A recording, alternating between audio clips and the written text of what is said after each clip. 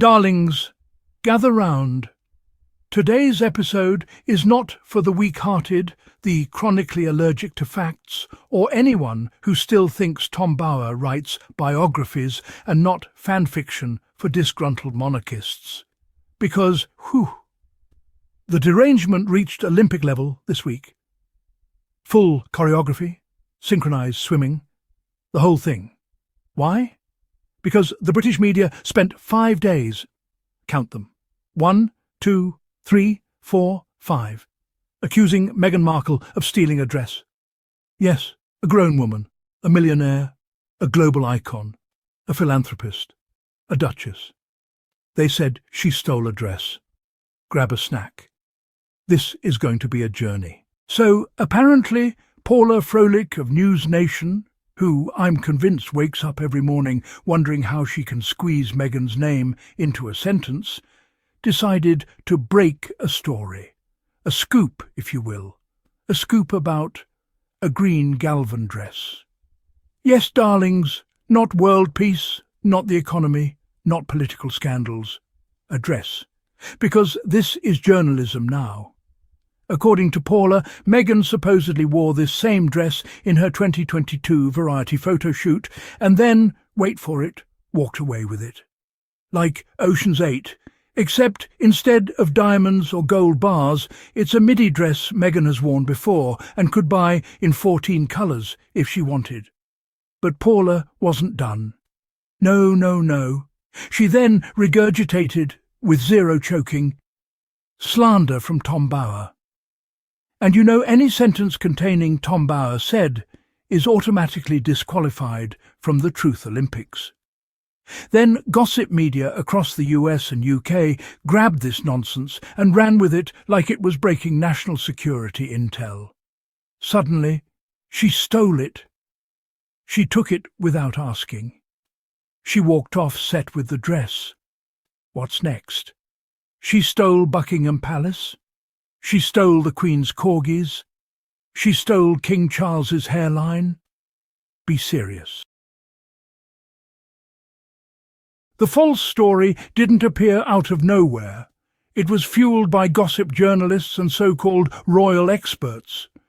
Figures like Tom Bower, known for unsubstantiated claims, thrive on ambiguity and anonymous sources.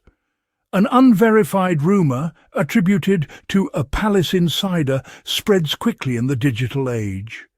The goal isn't to inform, but to provoke and attract attention. Once published, the story is repeated by other outlets, each adding their own spin. Repetition creates the illusion of truth, and soon the public believes there must be substance. For Meghan, this was just one in a series of relentless attacks. The architects of gossip know that a consistent negative narrative, even if baseless, is powerful. The truth becomes secondary to maintaining the caricature.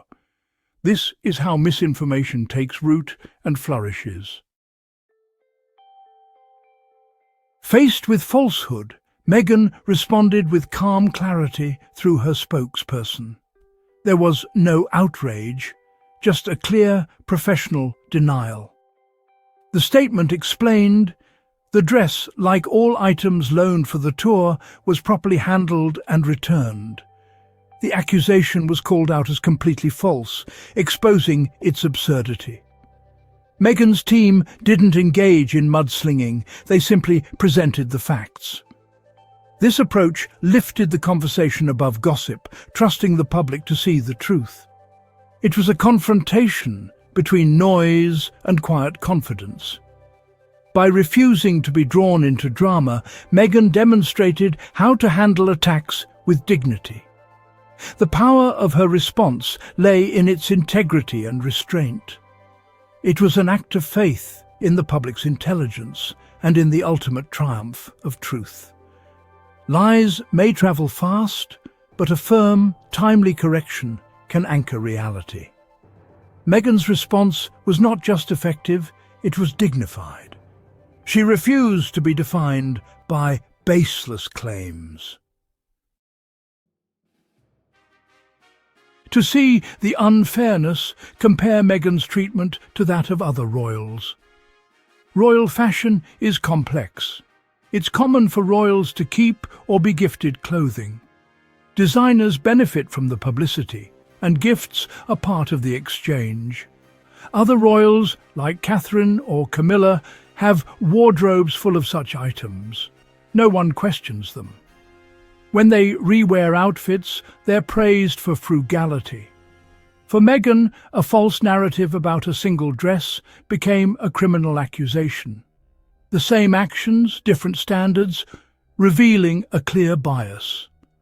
The dress was never the real issue. It was a pretext for character attack. Comparing reactions exposes the hypocrisy at the heart of the story. The accusation was targeted hostility, not journalism.